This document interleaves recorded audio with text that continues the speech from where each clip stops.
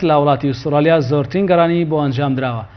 گەست فرۆشە تورکەکان بەهۆی دروستکردنی خواردنێکی تایبەتەوە کە لە تۆڕەکانی ئینتەرنێت بە لقمەی حەڵال ناوی دەرکردووە لە ساڵی 2016دا زۆرترین خواستی لەسەر بووە.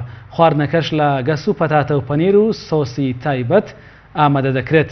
ئیبراهیم چاوش ئۆغلۆ خاوەنکارێکی موسڵمانی بەرەگەست تورکە و ساڵانێکی زۆرە چێشخانەی هەیە لە ئوسترالیا. ئاماژەی بۆ ئەوە کرد ئەو خواردنانەی ئەوان دروستی دەکەن بەهۆی ئەوەی کە بەپێی شەریعەتی ئاینی ئیسلام دروست دەکرێت لەلایەن موسڵمانەکانەوە لە زۆرێک لە شارەکانی ئوسترالیاوە پەیوەندیان پێوە دەکرێت و خواستی زۆری لەسەرە.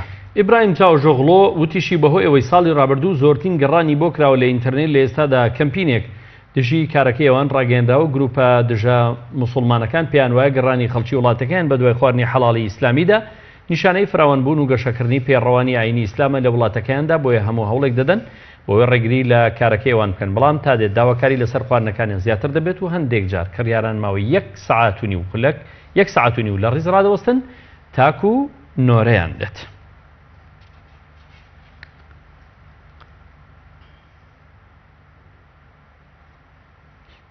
لە سێ مانجی ڕابردوودا 359 حاڵەتی توشبوون بە پەتای ئەنفلۆنزای باڵندە لە چین تۆمارکراوە و بەهۆیەوە 106 کەس گیانیان لەدەست داوە. لیژنەی پلاندانانی خێزان و تەندروستیش نیشتیمانی چین لە